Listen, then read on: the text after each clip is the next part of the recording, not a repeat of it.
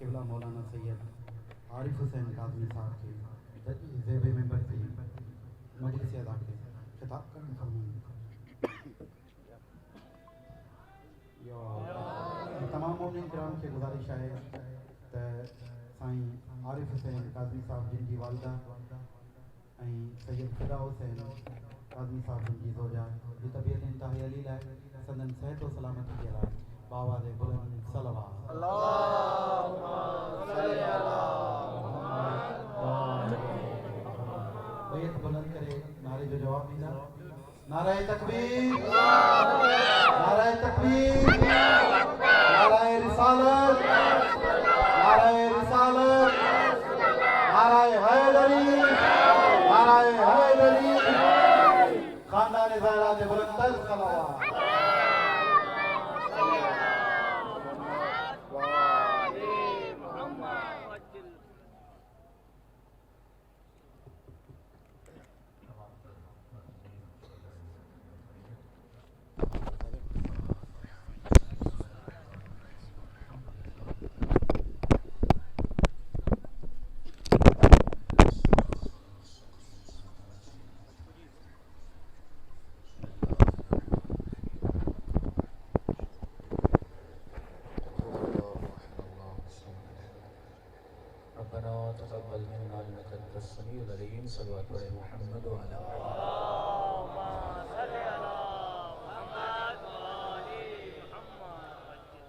بسم اللہ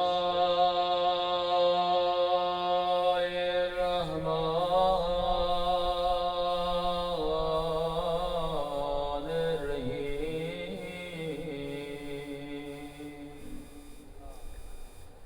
الحمد للہ رب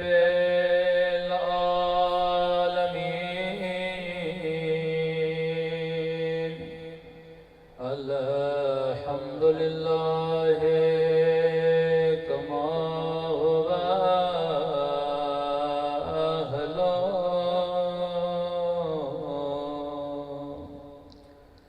الصلاۃ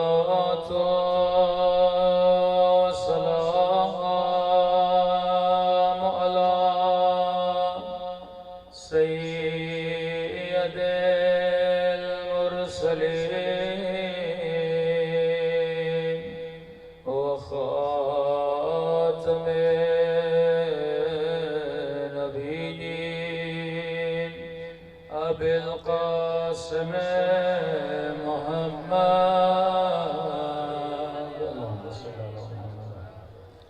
وعلى آلہ طیبین الطاہرین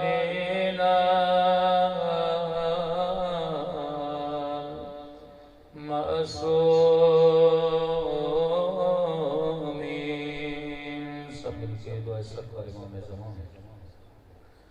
اللہم کل ولیک حجت بن الحسن صلواتک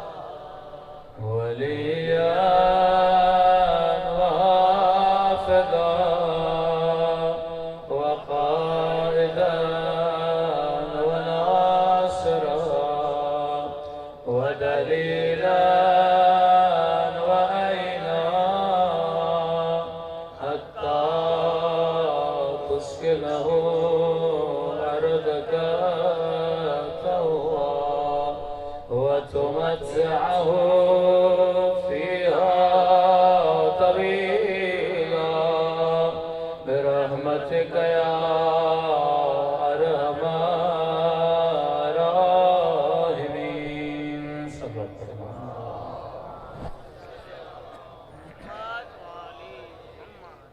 بسم اللہ الرحمن الرحیم. رب اشرح لي صدری ويسر لي أمري واحلل عقدة من لساني يفقهوا قولي.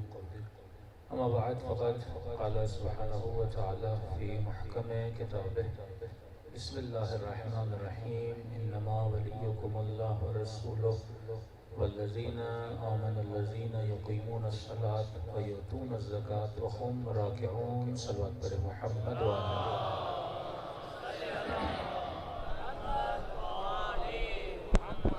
دعا ہے پروردگار عالم ہم سب کی عبادتوں کو اپنی بارگاہ میں قبول فرمائے، اور جس مقصد زندگی کی خاطر مجالس میں آتے ہیں ان مقاصد میں ہم سب کو کامیابی نصیب فرمائے. مسلسل آپ کی خدمت میں ولایت نظری اور ولایت عملی کے عنوان سے گفتگو ہو رہی ہے کہ صرف نظریہ انسان کو جنت میں لے کر نہیں جاتا جب تک انسان کی زندگی میں عمل نہ ہو. کہاں لا الہ الا اللہ کہنا اور کہاں اللہ کی دربار میں اپنے سر کو کٹانا، بڑا فرق ہے. کہ کچھ وہ تھے جو صرف نعرے مارنے کے عادی تھے، کچھ وہ تھے جو لا الہ الا اللہ کہنے پر عمل کرتے تھے. جتنے امت میں مسلمانوں میں جھگڑے ہیں یہ صرف نعروں کی وجہ سے نا، کہ ہم نعرہ مارتے تو ہیں لیکن سمجھتے نہیں ہیں کہ ہم نعرہ کون سا مار رہے ہیں. ہم نام اللہ کا لیتے تو ہیں لیکن سمجھتے نہیں ہیں کہ توحید کو نافذ کرنا اور ہے، توحید کا نعرہ مارنا اور ہے. یہ کہنا آسان ہے کہ میری جان مولا حسین پہ فدا، لیکن جب قربانی کی باری آتی ہے تو بندہ صبح نماز سے اٹھ نہیں سکتا. تو مولا بھی تو کہتے ہوں گے نا کہ تو جان کی باتیں کر رہا ہے لیکن صبح تیری آنکھ کھلتی نہیں ہے. تو اصل جب تک انسان نظریے کو مضبوط نہ کرے تب تک بندے کی توحید مضبوط نہیں ہوتی. نظریے کو سمجھنے کے لیے ہم نے چند مثالیں دی کہ صرف لا الہ الا اللہ نہیں، اللہ کی توحید کو سمجھنا بھی بڑا ضروری ہے.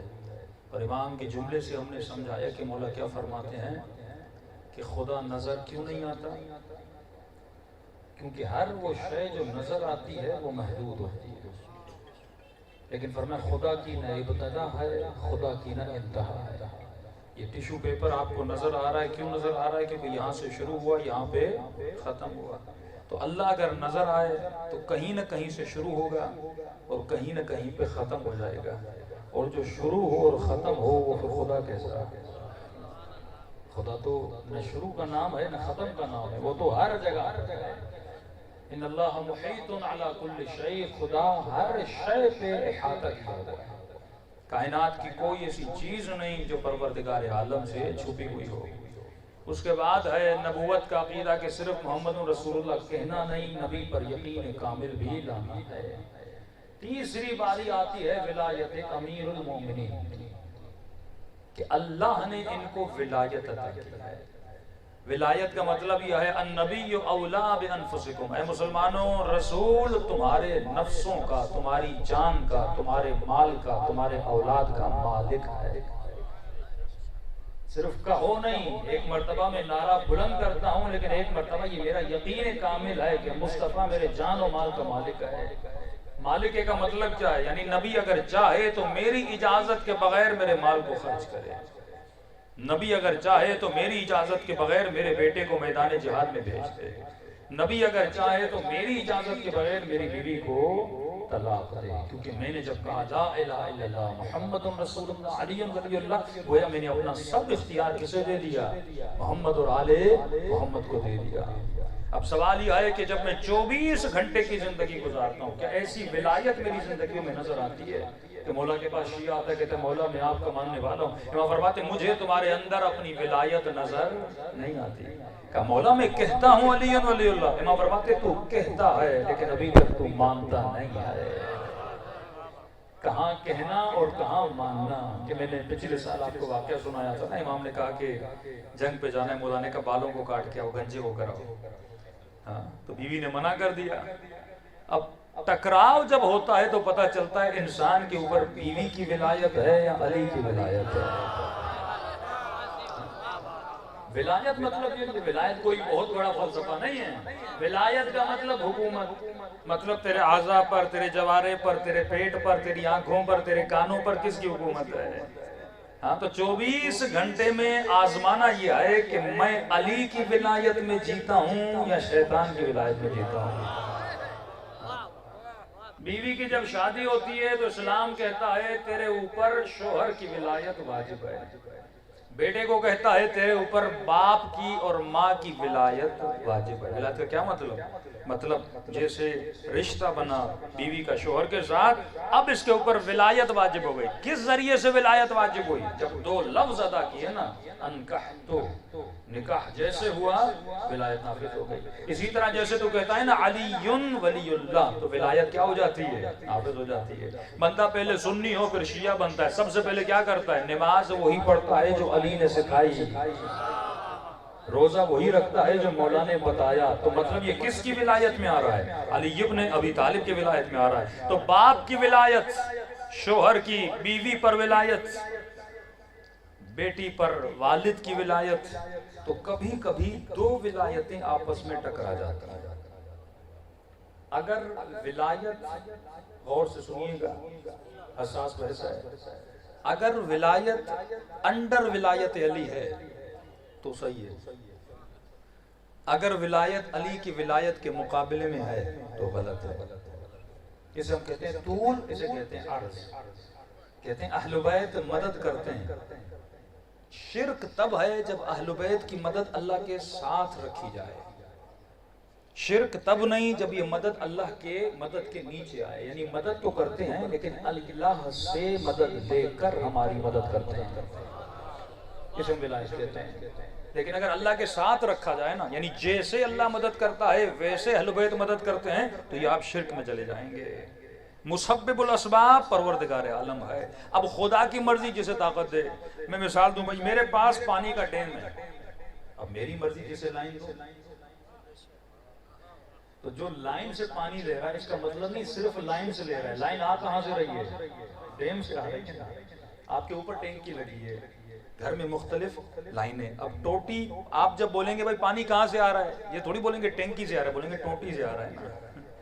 تو ہم بھی کیا بولتے ہیں کہ علی مدد کرتے ہیں، لیکن علی کہاں سے مدد کرتے ہیں؟ ٹینکی تو اوپر ہے نا. تو اگر طول میں آئے تو شرک نہیں ہے. لیکن اگر ہم بولے نہیں علی کی اپنی ٹینکی، اللہ کی اپنی ٹینکی ہے، تو وہ بت پرستی ہے. کہتے ہیں بت دیتا ہے ہمیں، اللہ نہیں دیتا. ہم کہتے ہیں نہیں، دیتا وہ ہے لیکن وہ بارہ کے ذریعے سے دیتا ہے.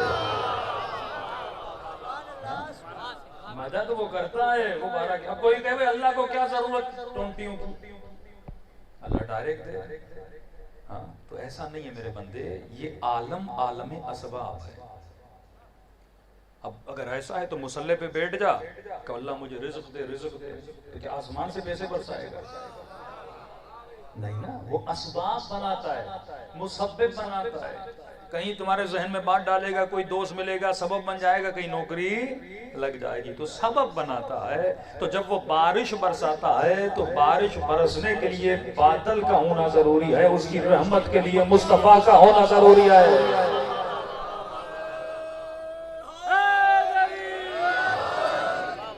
تو اگر طول میں تو صحیح ہے، لیکن عرض میں ہو، یہ علمی بات کر رہا ہوں، تو غلط ہے.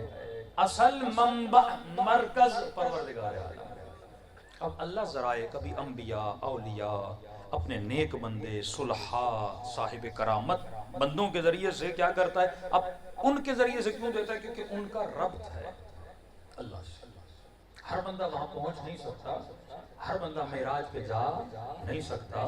جسے وہ چاہتا ہے، جس میں صلاحیت دیکھتا ہے، اس بندے کو وہاں پہ بلاتا ہے. اور جب تیرا ربط ان کے ساتھ ہو جاتا ہے تو ڈائریکٹ یا انڈائریکٹ تیرا ربط پروردگار عالم کے ساتھ ہے، تو خدا پروردگار. اسی اب اگر یہ ولایت ذیل میں ہو، طول میں ہو، کس کی ولایت کے؟ اہل بیت رسول کی ولایت میں، تو صحیح ہے. مطلب نکاح کیا کس کی اجازت سے؟ مصطفیٰ کی اجازت سے. شریعت کس نے بنائی؟ رسول نے بنائی. کہا کہ اگر مرد یہ جملے پڑھے، عورت یہ جملے کہے، 4-5 شاہدوں گواہوں کے مجمع کے سامنے ان کی شادی ہو جائے، تو اب یہ علل اعلان میاں بیوی ہیں. اور جب عورت نے اس کی زوجیت کو اختیار کر دیا اب اس عورت پر اس مرد کی ولایت آ گئی. یہ ولایت تب تک صحیح ہے جب تک علی کے مقابلے میں نہ ہو. اگر علی کی ولایت کے اندر ہے، رسول کی ولایت کے اندر ہے، اللہ کی ولایت کے اندر ہے تو صحیح، لیکن اگر مقابلے، مولانا کیا مقابلے میں بھی آ سکتی ہے. وہی بات کہ مولا نے کہا بال منڈواؤ، بیوی نے کہا نہ منڈواؤ، تو دو ولایتیں مقابلے میں آ گئی نا. اب کس کی سننی چاہیے، علی کی یا بیوی کی؟ مولا علی کی. تو یہی مسئلہ ہوتا ہے. خاتون نے فون کیا مولانا شوہر کہتا ہے دوپٹہ نہ پہنو، میں نے کہا علی کہتا ہے پہنو. تو نے علی ولی اللہ کہا ہے یا شوہر ولی اللہ کہا ہے؟ تو نے کس کو ولی مانا ہے؟ علی کو ولی مانا ہے نا. تو مجھے کس کی سننی ہے؟ مولا علی کی سننی ہے. کسی مومن کو کہا، میں نے کہا داڑھی رکھو واجب ہے. بال منڈوانا پھر بھی واجب نہیں تھا لیکن داڑھی رکھنا واجب ہے. کہ مولانا بیوی کو پسند نہیں. میں نے کہا اب یہ تیری مرضی ہے، چہرہ بیوی کے لیے سجا یا علی کے لیے سجا.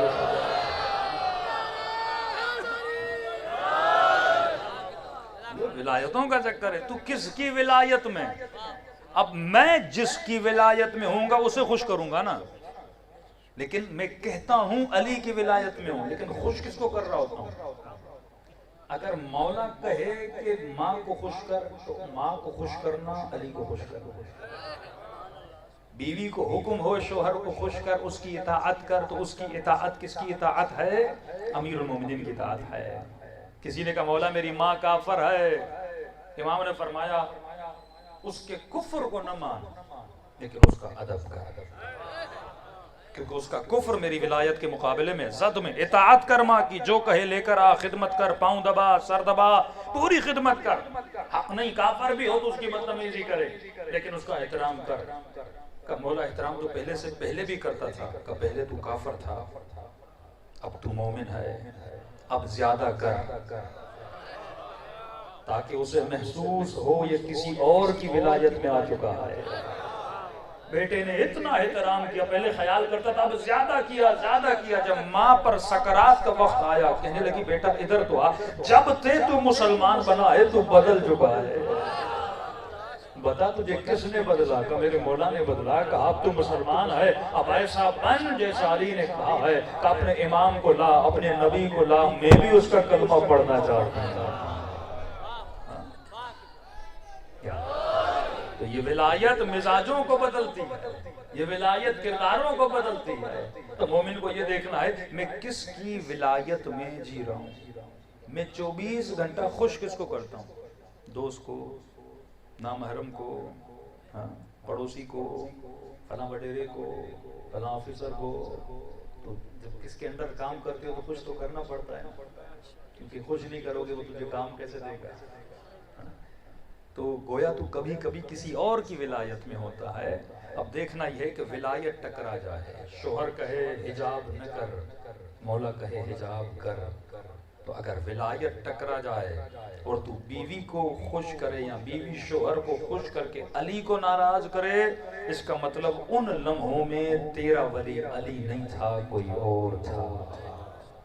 یہ خلاصہ ولایت ہے. تو اگر طول میں ہے تو صحیح ہے، اگر عرض میں ہے تو غلط ہے. سب بات پڑھے محمد.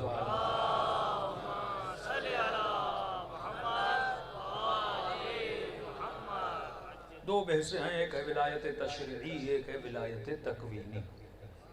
ولایت تشریعی مطلب شریعت کے احکام اہل بیت ہمیں بتائیں گے، ہمیں عمل کرنا ہے.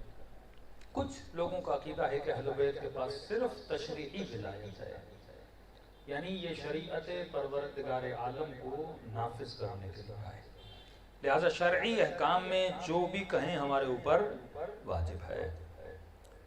کچھ کہتے ہیں کہ اہل بیت کے پاس ولایت تکوینی نہیں ہے، لیکن علی الاطلاق تمام تر علماء امامیہ کا عقیدہ یہی ہے کہ اہل بیت کے پاس ولایت تکوینی بھی ہے. یہ جملہ ذہن میں بٹھا دیجئے گا. عرض اور طول میں باپ کی اطاعت واجب ہے کیونکہ مولا نے کہا ہے، شریعت کی پابندی واجب ہے کیونکہ مولا نے کہا ہے. اب کچھ لوگوں نے، فسادی لوگوں نے لوگوں کے ذہنوں کو تشویش میں ڈالنے کے لیے کیا کہا کہ انہوں نے علی کی ولایت کے مقابلے میں ولایت فقیہ لائی ہے. یہ ہے عرض. اگر کوئی ایسا کرے تو وہ شیعہ ہو ہی نہیں سکتا. پہلی بات، اگر کوئی مولا علی کی ولایت کے مقابلے میں فقیہ کی ولایت میں، پھر کہہ رہا ہوں عرض میں لائے، تو کیا ہے؟ برا ہے. جس طرح بیوی کی ولایت، شوہر کی ولایت، مولوی کی ولایت، فقیہ مولوی ہے نا، مولوی کی ولایت مولا کی ولایت کے مقابلے میں آ جائے تو کیا ہے؟ غلط ہے. لیکن اگر طول میں ہو تو ولایت علی کی ہے، لیکن علی کی ولایت کے اندر اگر شوہر وہی کہے جو علی کہے تو صحیح ہے. اگر مولوی ممبر پر آئے آپ کو صحیح بات کہے کہ بھائی نماز پڑھ، روزہ رکھ، حج کر، تو اگر آپ اس کی مان رہے ہیں تو وہ آپ اس کی ولایت میں عمل کر رہے ہو نا، تو اس کی ولایت صحیح ہے یا غلط ہے؟ طول میں ہوئی نا. لیکن اگر اس کی ولایت مولا علی کی ولایت کے ٹکر میں آ جائے، مطلب یہ کہے کہ میری جو ولایت ہے وہ علی ابن ابی طالب کی ولایت ہے، تو یہ غلط ہے. کیونکہ اہل بیت کی ولایت اللہ کی عطا کردہ ولایت ہے جو کسی انسان کو سوائے معصومین کے مل نہیں سکتی. لیکن آپ ایک حکومت بناتے، مثلا اسی ٹنڈولا یار میں ایک آدمی حکومت بناتا ہے، مثال دے رہا ہوں، کبھی میروں کی حکومت ہوتی تھی، حکومت بناتا ہے، تو عقل کیا کہتی ہے؟ حاکم کون ہو؟ شرابی ہو، کبابی ہو، کون ہو؟ امام خمینی نے جب جہاد شروع کیا تو انہوں نے لوگوں کو ایک نئی سوچ دی. کہا کہ ہم مولوی کتنی بھی کوشش کریں لوگوں کو نمازی کیسے بنائیں، لوگوں کو دیندار کیسے بنائیں. تو انہوں نے کہا تب تک ہم دیندار لوگوں کو نہیں بنا سکتے جب تک ہماری اپنی حکومت نہ ہو. حکومت ہوگی آپ ایجوکیشن میں اپنا سلیبس ڈال سکتے ہو، حکومت ہوگی آپ فوج کو صحیح طریقے سے تربیت کر سکتے ہو، حکومت ہوگی ٹی وی آپ کے ہاتھ میں ہوگا، میڈیا آپ کے ہاتھ میں ہوگا. اس کے بغیر تو آپ کر نہیں سکتے. زیادہ زیادہ میں ایک مجلس پڑھوں گا، آپ کو سدھاروں گا، 4 اچھی باتیں کروں گا، لیکن جوان گھر جائے گا ٹی وی تو پھر وہی ہے شیطان. اسکول جائے گا پھر تو وہی سنیما لگے ہوئے ہیں مزار میں، مارکیٹ میں، بد حجابی اور یعنی پہ. تو یہ کیسے ختم ہوگی؟ جب تک میرے پاس حکومت نہیں ہوگی تب تک میں کچھ بھی نہیں کر سکتا. تو انہوں نے کہا کہ حق کی حکومت اس کو ہے جو بندہ صاحب تقویٰ ہو. یہ مولا کا خط بھی ہے نا، امام خط لکھتے ہیں جب مولا اپنے نائب مقرر کرتے ہیں مختلف شہروں میں اپنے گورنر، اس کے فرماتے ہیں کہ علی کا گورنر کون ہونا چاہیے؟ جو صاحب تقویٰ ہو، جو صاحب عدل الہی ہو، جو معاشرے میں علم اہل بیت کو پھیلائے. تو نظریہ قائم ہوا کہ غیبت امام زمانہ میں اگر کسی معاشرے میں اکثریت علی والوں کی ہے تو حق یہ ہے کہ علی والوں پہ کوئی علی والا حکومت کرے، یزید والا حکومت نہ کرے.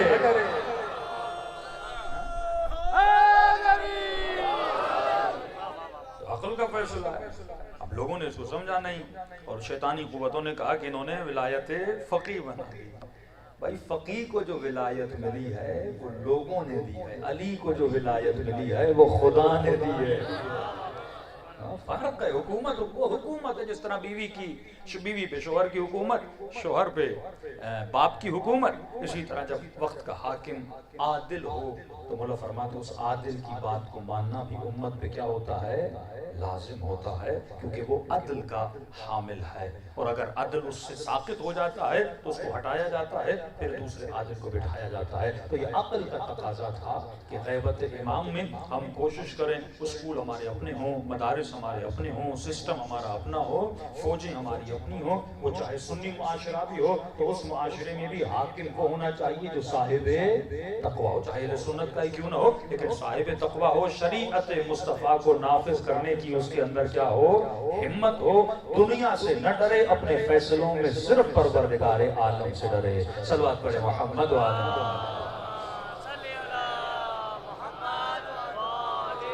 تو میں نے کسی مجلس میں شاید یہیں آپ کو بتایا تھا نا کہ بچے نے جب آپ خامنہ ہی سے پوچھا کہ دنیا آپ سے کیوں ڈرتی ہے تو انہوں نے یہ نہیں کہا ہمارے میزائلوں کی وجہ سے، ہمارے ٹینکوں کی وجہ سے، ہماری فوجوں کی وجہ سے، ہمارے بسیج کی وجہ سے. جواب وہ دیا جو علی نے دیا کہ میرے لال دنیا ہم سے اس لیے ڈرتی ہے کیونکہ ہم خدا سے ڈرتے ہیں. یہ وہ حکومت ہے جو کس پہ قائم ہے؟ فرامین اہل بیت اور شریعت مصطفیٰ پر نافذ ہو. تو اگر انسان کا نظریہ کلیئر ہو جائے تو انسان کبھی بھی فتنوں میں نہیں پڑتا، لیکن اگر نظریہ انسان کا کمزور ہو تو ہر جاہل کے دھوکے میں انسان آ جاتا ہے. صلوات پڑھیں محمد وعلی محمد. تو ولایت تشریعی صرف اہل بیت کے پاس ہے، نہ کسی فقیہ کے پاس ہے نہ کسی اور کے پاس ہے. شریعت، صاحب شریعت، مالک شریعت، شریعت کا رد و بدل، یہ سب کس کے پاس ہے؟ اہل بیت علیہ السلام کے پاس ہے. فقیہ کیا کرتا ہے؟ اہل بیت کی بتائی ہوئی باتوں سے نتیجہ نکالتا ہے کہ مومن کو نہیں پتا وضو کیسے کرنا ہے، فقیہ قرآن کی آیت لے گا، چھٹے امام کی حدیث لے گا، حدیث سے جو نتیجہ نکالے گا اسے فتویٰ کہا جاتا ہے. آپ اس فتوے پہ کیا کرتے ہو؟ عمل کرتے ہو. دوسری اہل بیت کے پاس ولایت ہے، ولایت تکوینی. مطلب اگر وہ چاند کو کہیں تو چاند تو ٹکڑے ہو جائے، اگر وہ مردے کو ٹھوکر ماریں تو مردہ زندہ ہو جائے. یہ میری باتیں نہیں ہیں. جناب عیسیٰ دیکھیں، قرآن کہتا ہے کہ وہ مریضوں کو ہاتھ لگاتے تھے شفا مل جاتی تھی، مردوں کو ٹھوکر مارتے تھے مردہ زندہ ہو جاتے تھے، لیکن بِإِذْنِ اللَّهِ، کس کے اذن سے؟ اللہ کے اذن سے. میں نے کئی سال پہلے یہ مولا کی فضیلت سنائی تھی کہ جب یہ حدیث رسول نے پڑھی کہ علماء امتی افضل من انبیاء بنی اسرائیل، میری امت کے علماء بنی اسرائیل کے انبیاء سے افضل ہیں، تب وہ مولوی جو آج ٹی وی پہ بیٹھ کر کہتا ہے کہ علی 3 سے افضل نہیں ہے، لیکن اسی مولوی سے کہو کہ یہ حدیث کس کی فضیلت میں ہے، کہتا ہے ہماری فضیلت میں ہے. علی افضل 3 سے نہیں ہے، لیکن تو انبیاء سے کیسے افضل ہوا؟ مولا کی بات کی جائے کہ شیعوں کا عقیدہ ہے کہ رسول کے بعد کائنات کا افضل ترین فرد اگر کوئی ہے تو علی بن ابی طالب ہے. کہتے شیعہ توہین کر رہے ہیں، انبیاء سے علی کو آگے بڑھا دیا، تم نے تو علی کو صحابہ سے بھی پیچھے رکھ لیا. تو یہ بتاؤ یہ حدیث کس کی فضیلت میں ہے؟ تو وہی مولوی کہتا ہے یہ کس کی فضیلت میں؟ ہماری فضیلت میں. کبھی کیسے کہ نبی نے کہا ہے ہاتو برہانکم، دلیل دے اگر تو افضل ہے. جب ایک یہودی مسیحی حضرت تابوت کا ماننے والا پہنچا مدینے میں کہ ہم نے سنا ہے کہ تمہارے نبی نے ایسی حدیث کہی، پوچھیں گے نبی سے کہ دلیل دو ہمیں. جیسے دربار میں گیا، لوگوں نے کہا نبی تو جا چکے ہیں، تو مسئلہ اور سولو ہو گیا. اعتراض علماء پر تھا، تو کہا علماء کہاں ہیں؟ سب نے کہا دیکھ بھی رہے ہو پوچھ بھی رہے ہو، ہم بیٹھے ہیں علماء. اٹھا حضرت عیسیٰ والا، کہتا میرا سوال ہے کہ پوچھ کہ یہ آپ کے نبی کی حدیث ہے، میری امت کے علماء بنی اسرائیل کا انبیاء سے نے کہا ہے. کہا وہ کون ہے؟ کہا ظاہراً تو ہم ہی ہیں. کہا میں ایسے نہیں مانوں گا، دلیل چاہیے. کہ کیسی دلیل؟ کہ میرے نبی کا معجزہ تھا وہ اپنی ٹھوکر سے مردے کو زندہ کر دیتا. تو آپ افضل ہو تو کوئی مردہ زندہ کر کے دکھاؤ. صاحب کو بڑا غصہ آیا کہ بیٹھ جاؤ، تو میرے نبی کو جھٹلانے آیا ہے. دوسرے سے کہا تو سوال کر. کہا میرے نبی کا معجزہ تھا وہ لوہے کو نرم کرتے تھے. سنا ہے آپ کی تلوار بڑی تیز چلتی ہے، اس کو نرم کر کے دکھائیے. کہا تو نبی کی توہین کرنے آیا، بیٹھ جا. FIR تو تھی نہیں کہ کاٹ لیتے. تیسرے سے کہا تو بتا. کہ میں ہوں حضرت موسیٰ کا ماننے والا، میرے نبی کا معجزہ تھا وہ لکڑی سے اژدہا بناتے تھے. بھئی آپ افضل ہو تو کچھ کر کے دکھاؤ نا، تمہیں مانو. ایسے کیسے مانو؟ ایک بندہ کا میرے سے افضل ہوں تو کوئی دلیل تو ہو کیا افضل. جب ہم کہتے ہیں کہ علی تمام تر اصحاب سے افضل ہیں تو دلیل ہے، کیونکہ علی جیسا علم کسی کے پاس نہیں تھا، علی جیسی شجاعت کسی کے پاس نہیں تھی، علی جیسی تقویٰ کسی کے پاس نہیں تھی. اور اگر ہم یہ کہتے ہیں کہ سب سے افضل ہے پھر بھی ہمارے پاس دلیل ہے. تینوں کو کہا کہ نکل جاؤ دربار سے، تم ہمارے نبی کی حدیثوں کو جھٹلانے آئے ہو. یہ باہر نکلے اور یعوذ باللہ یہ جملہ کہتے رہے کہ یہ بھی جھوٹے، علیہ باللہ ان کے نبی بھی جھوٹے. اور جس کی ڈیوٹی تھی نا دربار میں بیٹھنا، نبی کی عزت کو بچانا، وہ سلمان کھڑا ہوا کہ خبردار تو نے میرے نبی کو جھوٹا کہا. کہ تو کون ہے؟ ہم سوال پوچھنے جواب نہیں دے رہے. سلمان نے کہا آؤ تجھے حقیقی علماء کی طرف لے کر چلو. کہ اور بھی ہیں یا علی، کہ اور بھی ہیں. کہاں ہیں؟ ایک مرتبہ سلمان ان کو مولا علی کے گھر کے باہر لے کر آئے. سلمان کہتا ہے دروازے پہ دستک نہیں دی، اندر سے آواز آئی سلمان تینوں کو اندر لے کر.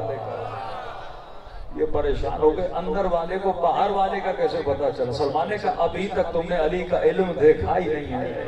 یہ صاحب ولایت الہی ہے. جب گھر کے اندر گئے کیا دیکھا؟ مولا گھر کا لباس ہے اور گھر کے صحن میں ایک درخت ہے, ہاتھ میں بیلچہ ہے, درخت میں کاشتکاری کر رہے ہیں. امام نے فرمایا تمہاری جرت کیسے ہوئی, تم نے میرے نبی کو جھوٹا کہا؟ کہا کہ آپ کو کیسے پتا چلا؟ کہا پوچھ جو کچھ پوچھنا ہے. کیا سوال ہے تمہارا اس امت کے علماء سے؟ کہ آپ کے نبی کی حدیث ہے میری امت کے علماء بنی اسرائیل کے انبیاء سے افضل ہیں یا ان کی طرح ہیں؟ دونوں حدیثیں موجود ہیں. حدیث ہے, جواب دیں علماء اہل سنت اس سے مراد وہ کون سے علماء ہیں تو بنی اسرائیل کے انبیاء سے افضل ہیں. امام نے فرمایا سچ کہا میرے حبیب نے, صدق رسول اللہ, میرے نبی نے سچ کہا. کہ یہ بتائیے میرے نبی کا معجزہ تھا کہ وہ لوہے کو نرم کرتے تھے. میں ہوں تابوت کا ماننے والا, اگر آپ بھی افضل ہیں تو مجھے کچھ کر کے دکھائیے تاکہ میں مانوں آپ میرے نبی سے افضل ہیں. مولا علی فرماتے میرے قریب آ, یہ علی کے قریب جاتا ہے, ہاتھ میں بیلچہ تھا, علی نے بیلچے سے لکڑی کو جدا کیا, لوہا اس کے ہاتھ میں لیا, کہ اب کھینچتا جا جتنا تو کھینچنا چاہتا ہے. کہتا ہے اس نے بیلچے کو کھینچنا شروع کیا, لوہا نرم ہو چکا تھا اور یہ کھینچتا گیا کھینچتا گیا. امام نے فرمایا میرے نبی نے کہا تھا افضل ہے, افضل وہ ہوتا ہے جو وہ کرے جو تیرے نبی نے بھی نہیں کیا تھا. تیرے نبی نے نرم کیا تھا, علی نرم بھی کرے گا پھر سخت بھی کرے گا.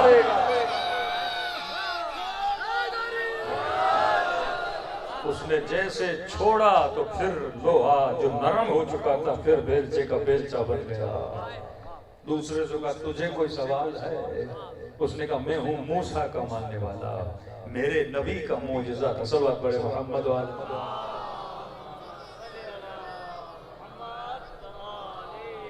بارے دیگر صلوات پڑھے محمد والے. میرے نبی کا معجزہ یہ تھا وہ لکڑی سے اژدہا بناتے تھے.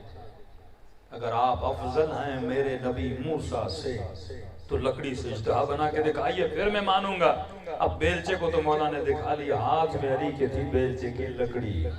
مولا نے لکڑی کو باذن اللہ کے اس کے سامنے پھینکا اور جیسے لکڑی گری تو اژدہا بنا, اور جیسے اژدہا بنا تو موسیٰ والا ڈر گیا, اور جیسے ڈرا تو علی کے چہرے پہ مسکراہٹ آئی. فرمایا جب وہاں بنا تھا تو تیرا نبی بھی دیکھ کے ڈر گیا تھا, امتی بھی ڈر گیا.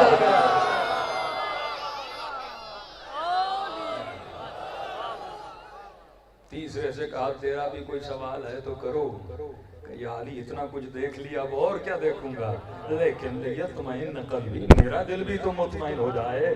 تیرے نبی کا کیا معجزہ تھا؟ کہ وہ اپنی ٹھوکر سے مردوں کو زندہ کرتے تھے. مولا نے کہا یہاں کوئی مردہ تو ہے نہیں, تو چلو باہر چلو, علی آ رہا ہے. کہ سلمان ان کو قبرستان لے جا. سلمان قبرستان لے گیا, علی ان کے پیچھے گئے. ایک مرتبہ قبرستان میں پہنچے, ایک بہت پرانی قبر تھی, اس کے اوپر کھڑے ہو کر امام نے ٹھوکر مار کے کہا قم باذن اللہ, اللہ کے اذن سے کھڑا ہو جا. کہ ایک مرتبہ قبر کا سینہ پھٹا, ایک حسین جوان قبر سے باہر آیا اور کہا السلام علیک یا امیر المؤمنین, اے مؤمنوں کے امیر آپ پر میرا سلام ہو. جیسے سلام کیا امام نے کہا اسے جانتے ہو؟ کہ میں نہیں جانتا. امام نے کہا نبی بھی تیری امت کا, جانتا بھی تو نہیں ہے. کہ اپنا تعارف کرا. اس نے تعارف کرایا, فرمایا میں جناب شعیب نبی ہوں.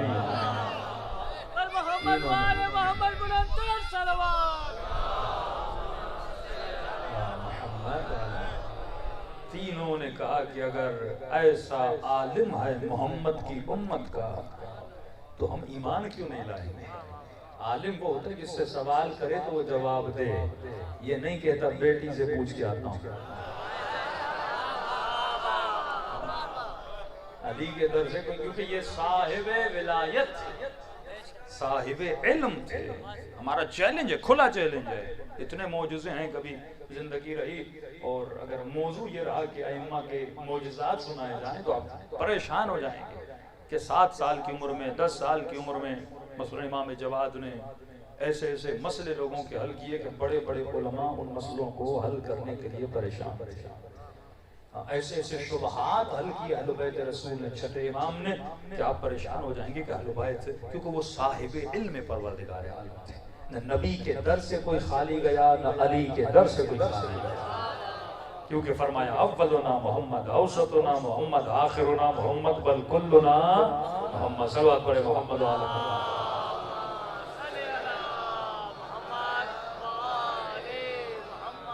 اب امید ہے آپ جاگ گئے ہوں گے. اب چند فرامین بھی سناؤں. علی مولا، علی مولا، بلند کرے زباں کے ساتھ دل بولا. علی مولا، علی مولا، زباں کے ساتھ دل بولا. علی مولا، علی مولا.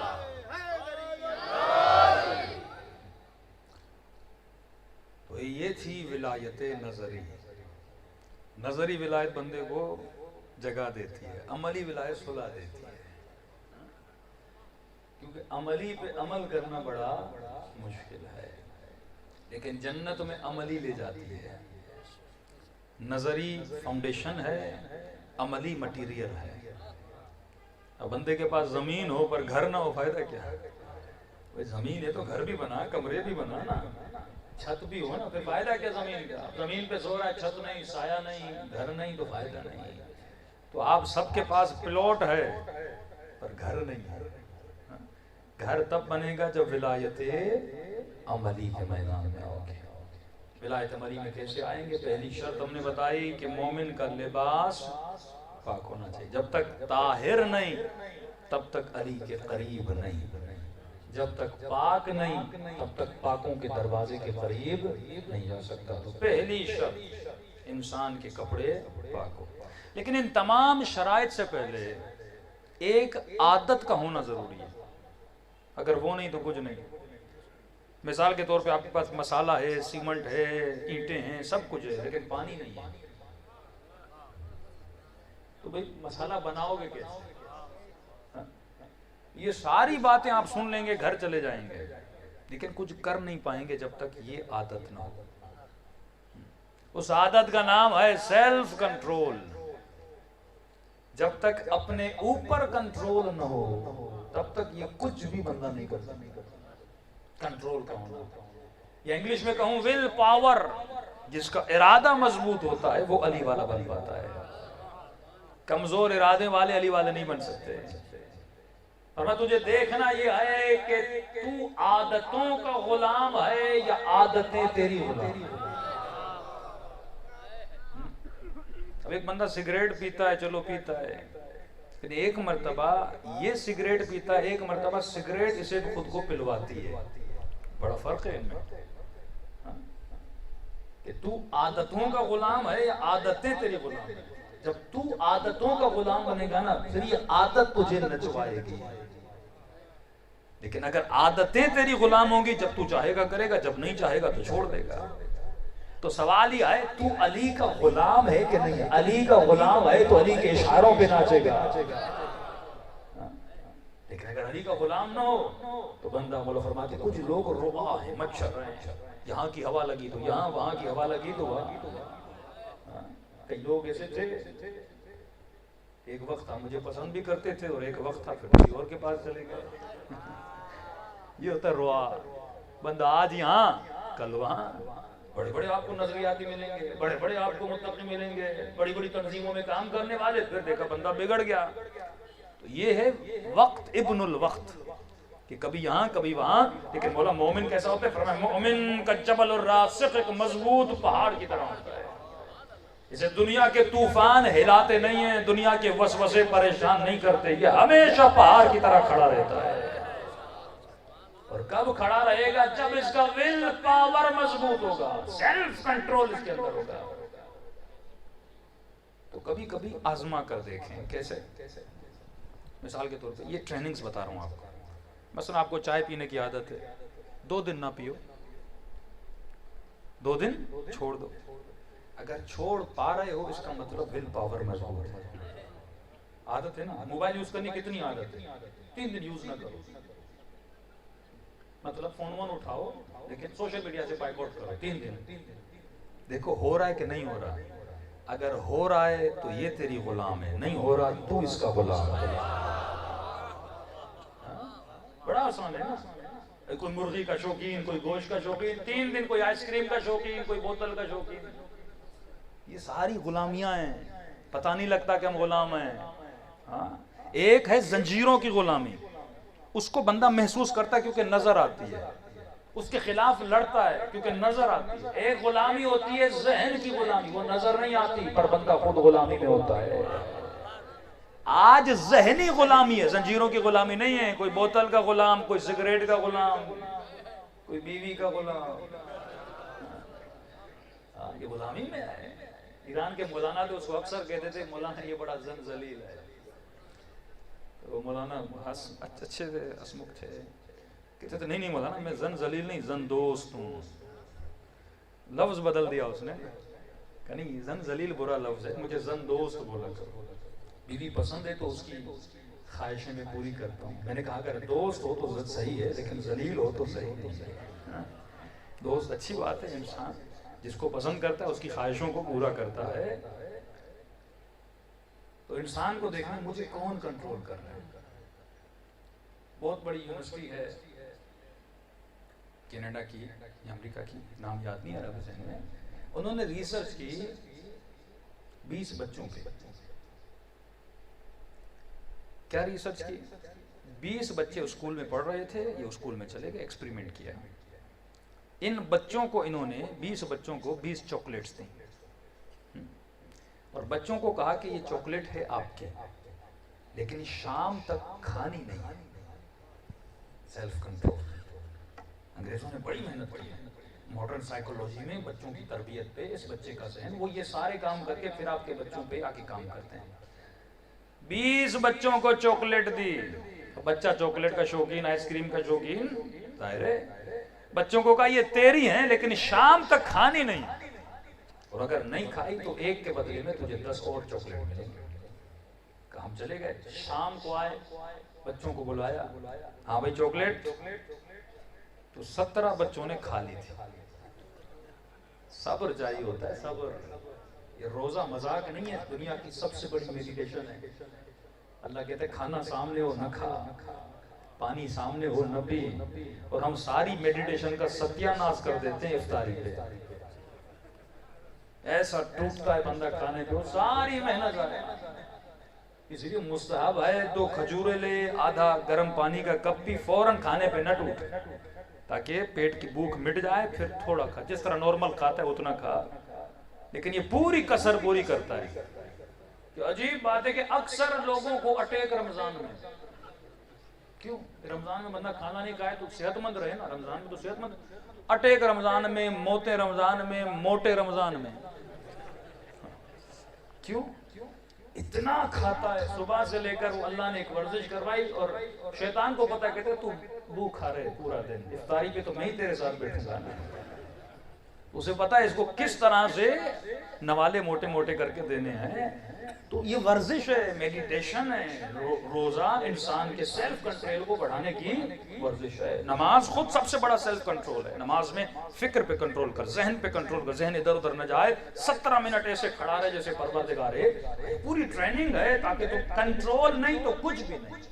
بندہ ذلیل ہے اگر کنٹرول نہیں، بندہ خوار ہے اگر کنٹرول نہیں۔ یہ ایک سگریٹ کے پیچھے ذلیل ہو جاتا ہے، ایک چائے کے کپ کے پیچھے، یہ 1 لاکھ کے پیچھے ذلیل و خوار ہو جاتا ہے، یہ رے کی حکومت کے پیچھے قاتل حسین بن جاتا ہے۔ یہ کنٹرول نہیں۔ اب ابن ملجم مولا کو قتل کرنے آیا تھا، لیکن اس میں جرت نہیں ہو رہی تھی، کہہ رہا تھا کروں نہ کروں، کروں نہ کروں، کروں نہ کروں، لیکن اس کے ارادے کو کس نے مضبوط کیا؟ کتا ماں نے مضبوط کیا۔ نگاہ حرام کا غلام بن چکا۔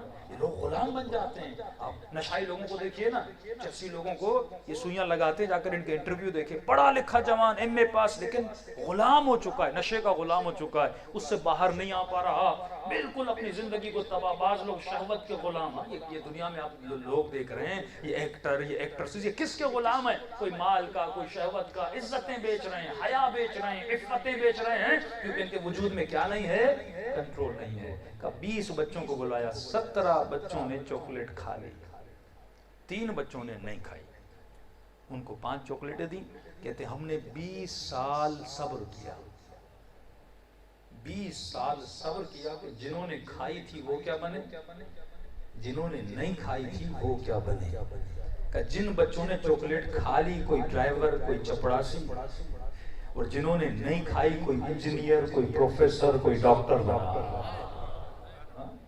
تو تو بندے کا جتنا کنٹرول زیادہ بندہ اتنا علی والا.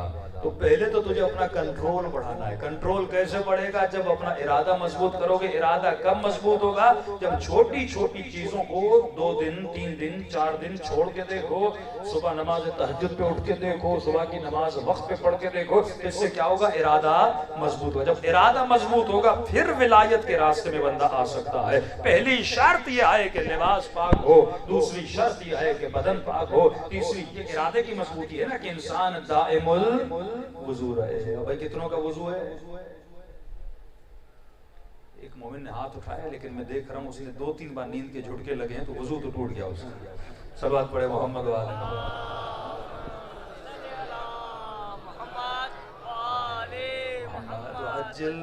تو مومن دائم الوضو رہتا ہے. اس کے بعد باطن کو پاک کرتے ہیں. آنکھیں پاک, نجاست میں نہ جائیں. تفصیل گفتگو کی. زبان گندگی نہ بولے, گالیاں نہ دے, غیبتیں نہ کرے. علی والا ہمیشہ ذکر پروردگار عالم کرتا ہے. زبان کو ذکر خدا سے کنٹرول کرو. تیسرا کانوں کو بھی پاک کرو. چوتھا شکم میں لقمہ حرام نہ جائے. علی والا سوکھی روٹی پہ گزارا کرتا ہے لیکن حرام کے قریب نہیں جاتے. پانچواں, علی والے کا قلب بھی پاک ہوتا ہے. مولا فرماتے 2 چیزیں قلب کو نجس کرتی ہیں. ذکر کر رہا ہوں, باقی قلب سلیم کی کتاب خریدی, آیت اللہ دستغیب کی پڑھیے. فرمایا 2 نجاستیں قلب کی ہیں جو بہت خطرناک ہے, بارود ہے. اگر یہ نجاستیں ساری زندگی کے اعمال تباہ و برباد ہوتے ہیں. پہلی نجاست حب دنیا, دوسری نجاست حب ذات. دنیا کی محبت اگر دل میں ہے تباہ و برباد ہے. ذات کی محبت دل میں ہے تباہ و برباد ہے. یزید نے دنیا کی محبت میں مولا حسین کو قتل کیا. شمر نے دنیا کی محبت میں مولا کو قتل کیا. یعنی تو جتنے کام کر رہا ہے دنیا کی محبت میں کر رہا ہے یا خدا کی محبت میں کر رہا ہے. دوسرا ہے ذات کی محبت. ذات کی محبت یعنی کیا؟ یعنی جب تک میں ممبر پہ رہوں تو مجلس اچھی, میں نہیں تو مجلس اچھی نہیں. میں انجمن کا صدر تو انجمن صحیح, میں امام بارگاہ کا ٹرسٹی تو امام بارگاہ صحیح, میں شیعوں کا لیڈر تو میں صحیح, میں نہیں تو پوری قوم غلط. تو یہ کیا ہے؟ جتنے جھگڑے ہیں کس کی وجہ سے؟ حب ذات. گھروں میں جھگڑے بیوی کے ساتھ, میاں بیوی کے طلاق, حب ذات کی. تو نے مجھے کیوں کہا, وہ کہتا ہے مجھے کیوں کہا, تو میری شادی میں نہیں آیا, میں تیری شادی میں نہیں آیا, بہن کا بھائی کا حق کھاتا ہے. سب مسائل کی جڑ کیا ہے؟ یا ذات کی محبت ہے یا دنیا کی محبت ہے. اور میں قیامت کے دن کچھ لوگ ہوں گے نورانی ہوں گے, اللہ کہے گا ان کے چہروں سے نور کیوں نکل رہا ہے؟ کہیں گے خدا بندہ بتاؤ. تو آواز آئے گی ان سے پوچھو جو پوچھا جائے گا. کہیں گے پروردگارا دنیا میں لوگوں نے ہم سے نفرت کی پر ہم نے کسی سے نہیں کی. دنیا میں لوگوں نے محبتیں کی لیکن ہم نے کسی سے محبت نہیں کی. ہم نے محبت اس سے کی جس کے دل میں تیری محبت تھی, ہم نے نفرت اس سے کی جس کے دل میں تیری نفرت تھی. تو میری دوستیوں کا معیار علی ابن ابی طالب ہو, میری دوستیوں کا معیار پروردگار عالم ہو. کسی کو سلام اس لیے نہ کروں کیونکہ پیسے والا ہے, سلام اس لیے کروں کیونکہ مومن ہے. کسی کے سامنے اس لیے نہ جھکوں کیونکہ مالدار ہے, اس لیے جھکوں کیونکہ اس کے دل میں اطاعت پروردگار عالم کا نور ہے. دوست یا مال کی بنیاد پہ نہ ہو, رشتے مال کی بنیاد پہ نہ ہو, بیٹیاں مال کی بنیاد پہ رشتے نہ کرو, بلکہ تقوی پروردگار عالم اور اطاعت امیر المؤمنین کے بلبوتے پہ اپنے رشتے اور ناطے جوڑا کرو. صلوات پڑھے محمد و علی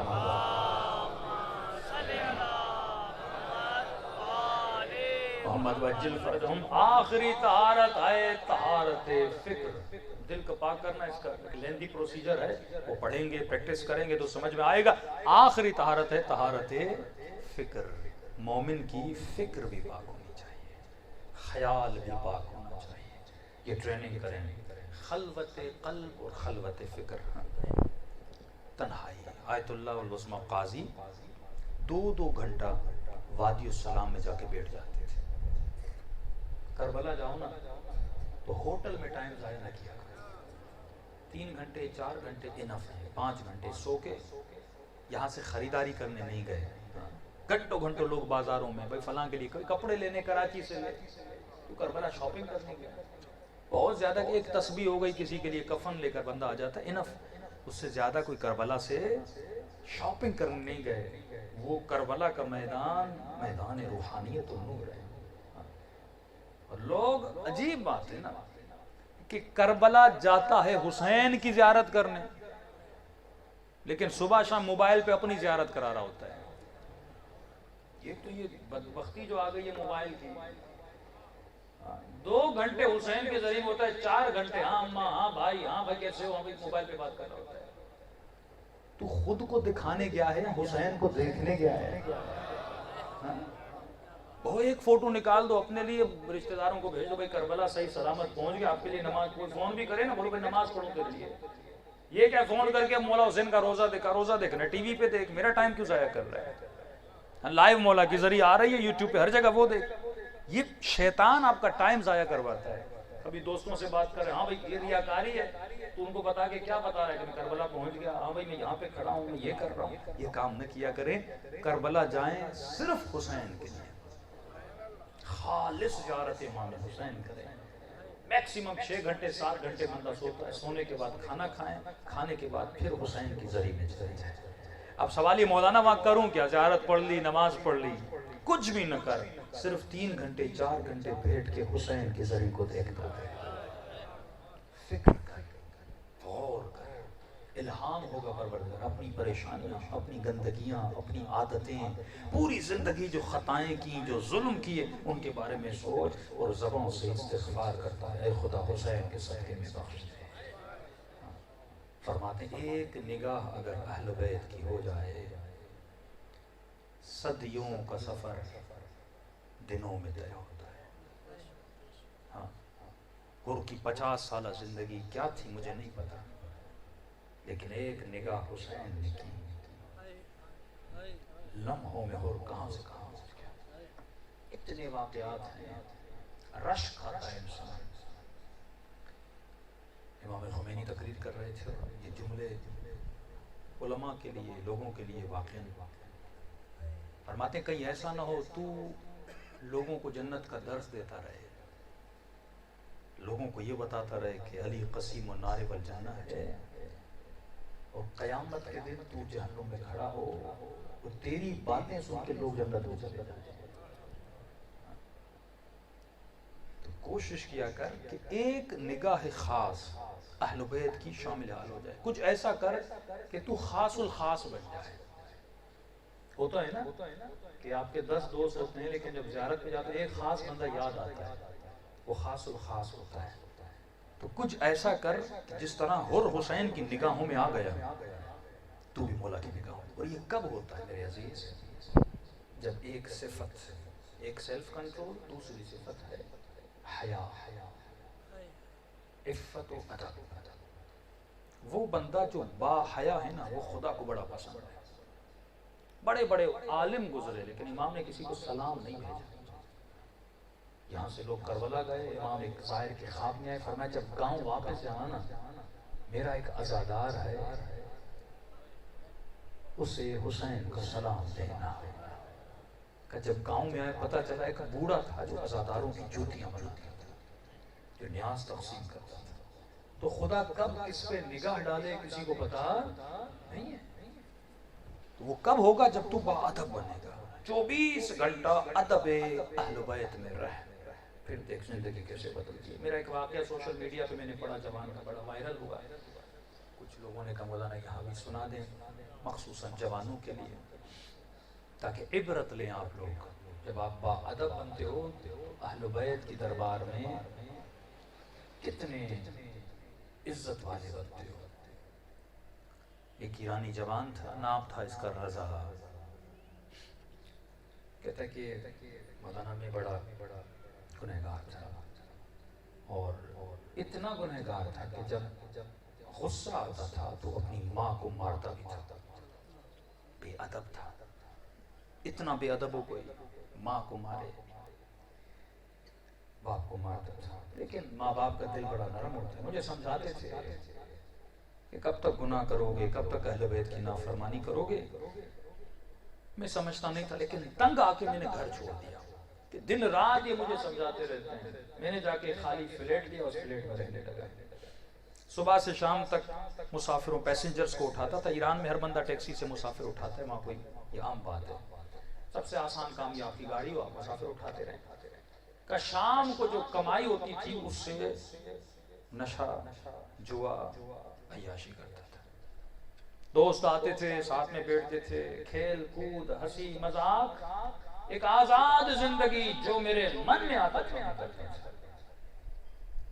کہتا ہے کہ مولانا محرم کا چاند نظر آیا، ایک دن گزرا میرے دوست نہیں آئے، 2 3 6 محرم گزر گئی، کوئی دوست نہیں آئے۔ دوستوں کو فون کیا کیوں نہیں آ رہے، دوست کہنے لگے کہ رضا ہم گنہگار ہیں لیکن محرم میں حسین کی حیات ہے۔ کئی لوگ ہیں نا ایسے پورے سال گناہ کرتے لیکن کم از کم 10 دن حسین کا حیا کرتے ہیں، لیکن کچھ اتنے بے حیا ہیں کہ محرم میں بھی حسین کا حیا نہیں کرتے، اس نے اپنی بیٹیوں کی شادیاں کروا۔ یہ بے حیائی کی نشانی ہے۔ بات حرام اور حلال کی نہیں ہے کہ کئی سنی مولویوں نے اور کئی مفتیوں نے کہا کہ بھائی شرعاً حرام نہیں، ہم بات حلال حرام کی نہیں کر رہے، بات ہو رہی ہے ادب اور حیا کی۔ حیا ہے، ورنہ باپ بھی مر جائے دوسرے دن بندہ شادی کرے کوئی مسئلہ نہیں ہے، شرعاً حلال ہے، لیکن ادب ہونا چاہیے والد کا کہ اس کے غم میں تو خوشی کیسے منا رہا ہے۔ تو جب باپ کا اتنا ادب ہے تو کیا مصطفیٰ کا اتنا ادب نہیں ہے؟ تو اس کے نمازے کا ادب نہیں ہے؟ تو دوستوں نے کہا کہ رضا ہم گنہگار ہیں لیکن محرم میں بھائی حسین کے دن شرم آتی ہے کہ آ کے گناہ کریں، 10 دن گزرنے دو، وہی محفلیں ہیں آ جائیں۔ کہتا ہے میری سمجھ میں نہیں آیا۔ میں نے کہا کیا مطلب محرم میں؟ گناہ تو گناہ ہے، نہیں کرنا تو نہ کر، محرم میں کرنا ہے ویسے نہیں کرنا۔ کہتا ہے غصے میں گھر سے باہر نکلا، گاڑی چلائی روڈ پہ، 1 2 3 4 پیسنجر اٹھا، کیا کروں اکیلا بیٹھا تھا، میں نے کہا چلو پیسنجر اٹھا دیتا ہوں۔ اتنے میں روڈ پہ ایک جوان لڑکی کھڑی تھی، اس نے ہاتھ دیا، میں رکا، بیٹھی، کہاں جانا ہے؟ مجھے سامنے اتار دو۔ کہتے جب گاڑی چلا رہا تھا، اتنے دنوں سے گناہ نہیں کیا، گھر سے نکلا، ذہن پہ شیطان سوار ہوا، میں نے گاڑی کو موڑا گناہ کی نیت سے۔ خاتون پریشان ہوئی، لڑکی کہاں جا رہے ہو؟ میں نے کہا یہ کوئی پوچھنے کی بات ہے، گناہ کرنے؟ شرم کر، حیا کر، میں کسی کی بیٹی ہوں۔ کہا مجھے کوئی سمجھ نہیں آتی، مجھے آج گناہ کرنا ہے۔ اس نے کہا محرم حسین کا حیا کا، کہتا میں محرم نہیں جانتا۔ خود کہتا ہے کہ یہ جوان لڑکی کانپنے لگی۔ اس نے کہا اور کسی چیز کا حیا نہیں کرتا، میں سید زادی ہوں، میرے سید ہونے کا حیا کر۔ اس نے کہا تو کیا ہوا، تم سید ہو تو کیا ہوا؟ کہتا میں پھر بھی نہیں رکا، اسپیڈ سے گاڑی کو لے کے جا رہا تھا، کہیں کوئی دیکھ نہ لے، روک نہ لے۔ کہتا بھی رونے لگی، بے بس عورت کیا کرے؟ اس نے کہا اور کسی کا حیا نہیں کرتا، کم از کم میری دادی زہرا کا حیا کرتا۔ تھا تو شیعہ نا۔ کہتے ہیں نہیں روکا، لیکن جیسے میں نے سیدہ فاطمہ کا نام سنا، کہتے ہیں پتہ نہیں میرا وجود کانپ گیا، خوف طاری ہوا۔ میں نے گاڑی کو روکا، میں نے کہا کہاں جانا ہے تجھے؟ کہا میں مجلس پہ جا رہی تھی، مجھے وہاں اتار دے۔ کہتے ہیں گاڑی میں نے امام بارگاہ کی طرف لی اور اسے اتار رہا۔ میں نے کہا جلدی سے جلدی جا۔ کہتے یہ خاتون جوان اتری، سامنے سے آگے کھڑکی کے سامنے کھڑی ہوئی اور مجھے کہنے لگی آج مجلس میں جا رہی ہوں، میں تیرے لیے خصوصی دعا کروں گی۔ میں نے کہا کیوں؟ کہتی ہے تم نے میری ماں زہرا کا ادب کیا ہے، تو چاہتا تو گناہ کرتا، تجھے کون روکا، لیکن تو نے جیسے میری دادی کا نام سنا تو رک گیا۔ میں نے بھی کہا ٹھیک ہے، میرے حق میں دعا کرنا۔ کہتے جب غور سے دیکھا تو یہ محلہ میرے ماں باپ کا محلہ تھا۔ میں اترا، میں نے کہا چلو اتنے مہینے گزر گئے، ماں باپ سے ملا نہیں، اب جا کے مل لوں۔ کہتا جب گھر گیا تو گھر میں کوئی نہیں تھا۔ میں سمجھ گیا ماں باپ مجلس پر گئے ہوئے ہیں، تو سامنے ٹی وی پڑی تھی، صوفہ پڑا تھا، میں نے ٹی وی کو آن کیا۔ اتفاق سے جب ٹی وی کھولی تو جنت البقیع دکھایا جا رہا اور ایرانی ذاکر جناب سیدہ کے مسائے پڑھ رہا تھا، کہہ رہا تھا کہ آئے لوگوں امت نے مصطفیٰ کی بیٹی کا حیا نہ کیا۔ کہتا میں پریشان ہوا، کیا مطلب حیا نہ کیا؟ کہ امت نے اپنی نبی کی بیٹی کو دربار میں کھڑا رکھا، ایک باغ لینے گئی تھی امت نے وہ بھی نہیں دیا، اور صرف اتنا نہیں اس کے گھر پہ آگ بھی لگائی، اس کا موسم بھی سخت ہوا، کہتے جب بی بی کے مسائل سنے نا تو میں رونے لگا. میں نے کہا اتنے بے حیا تھے. میں نے کہا بی بی میں گنہگار ہوں لیکن آپ کا نام سن کے میں رک گیا. کہتا اتنے میں چینل بدلا تو پھر جنت البقیع دکھایا جا رہا تھا. پھر کہا صرف اس پہ ظلم نہیں ہوا, اسی نبی کی نواسیوں کی چادریں چھینی گئی. 4 سال کی بچیوں کو تماچے مارے گئے, حسین کے بدن پہ گھوڑے دوڑائے گئے. کہا یہ پڑھتا جا رہا تھا گویا میرے وجود میں کوئی چیز آ چکی تھی, میں روتا جا رہا تھا. اور یہ رونا مجھے اتنا سکون دے رہا تھا جیسے صدیوں کی کوئی چیز میرے گلے میں بند ہو اور وہ رونے کے ذریعے سے نکل رہی تھی. کہتا اتنے میں میری ماں گھر آئی اور جیسے میں نے ماں کو دیکھا میں دوڑا ماں کے قدموں پہ گر گیا. میں نے کہا آج تک جتنی بے احترامیاں کی زہرا کے صدقے میں مجھے آج معاف کر دیں. آج کے بعد میں کچھ بھی ایسا نہیں کروں گا. کہتے ماں نے بڑے پیار سے اٹھایا اور کہنے لگی رضا تو بدل چکا ہے, مجھے تیرے اندر حسین کا رنگ نظر آ رہا ہے. کہا کہاں سے آ رہی ہو؟ کہا حسین کی مجلس سے. کہا جلدی کر مجھے مجلس میں لے کر چل. کہا دل تڑپ رہا تھا. فوراً ماں مجلس میں لے کر آئی. کہتا ہے میں اتنا رویا رو کر کا مولا حسین جب اور بخشا جا سکتا ہے تو کیا یہ رضا بھی بخشا جا سکتا ہے؟ کہتا ہے اس دن سے خدمت کی میں نے ظاہروں کی, مولا کے عزاداروں کی, برتن دھوتا, جوتیاں بناتا, حسین کے مسائل میں روتا. 2 مہینے یہ مجلس ہو گیا. مسجد والے پریشان, یہ وہی جواب ہے جو نہ مسجد میں آتا نہ مجلس میں آتا نہ حسین کا نام سنتا. آج اتنا بدل چکا ہے. دیکھیے جب تو ادب کرتا ہے نا تبدیلی شروع ہو جاتی ہے. وہ تجھے اپنی طرف کھینچنا شروع کرتے ہیں. جب تو 1 قدم اٹھاتا ہے وہ 10 قدم اٹھاتے ہیں. کہتے 40 حسین قریب تھا. مسجد کا سالار, انجمن کا سالار کہنے لگا میں قافلہ لے کر جا رہا ہوں. رضا ایک بندے کو لے جانا تھا, وہ بندہ بیمار پڑ گیا ہے, اگر تو آنا چاہے 1 سیٹ کی جگہ ہے.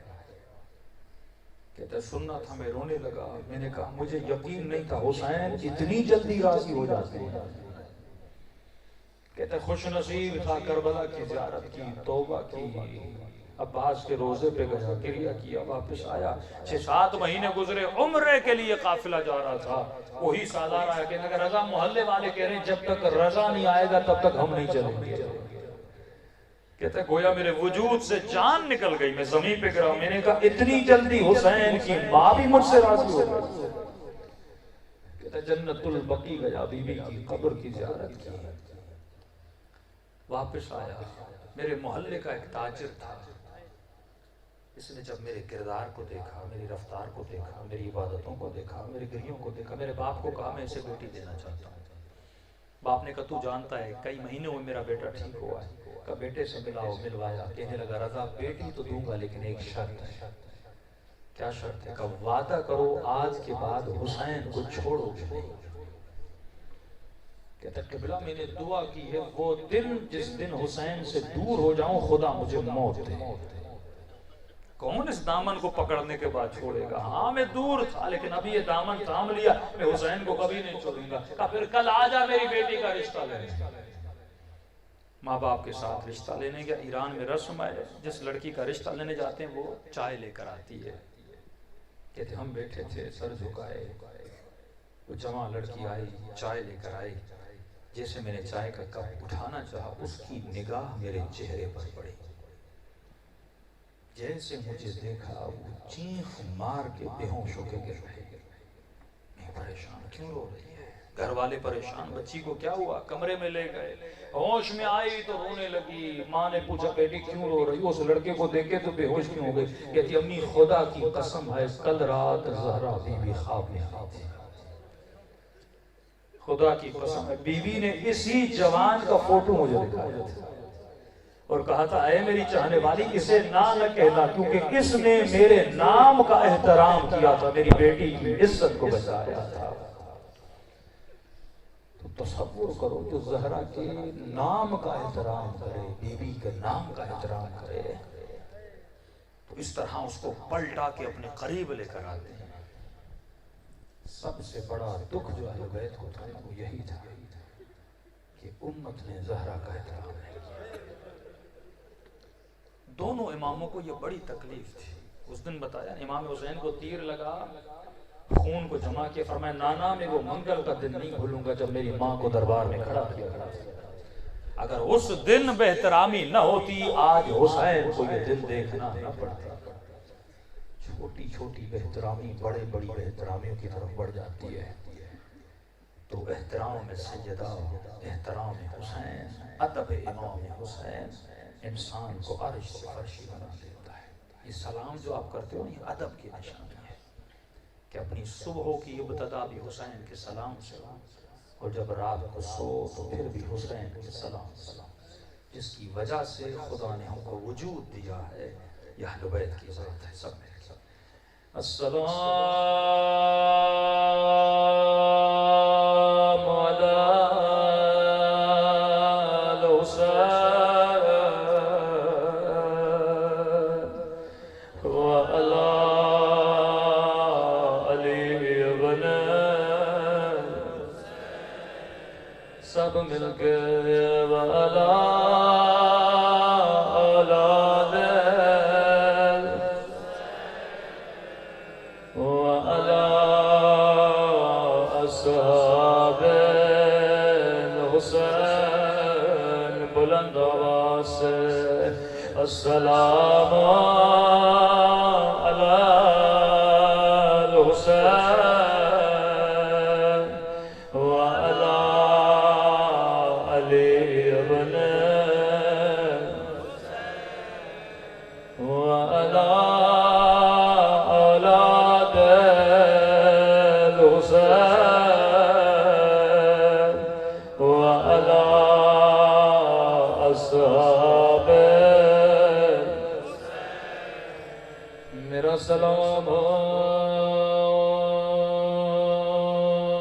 ٹوٹی ہوئی پسلیوں پہ,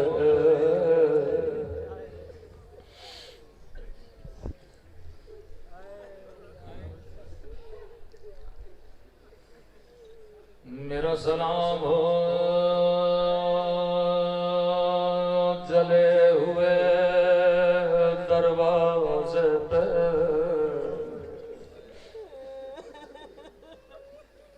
دو ہی ایسے شہید ہیں جن کی پسلیاں ٹوٹ گئی تاریخ تشیع میں, لیکن فرق ہے. میرا سلام ہو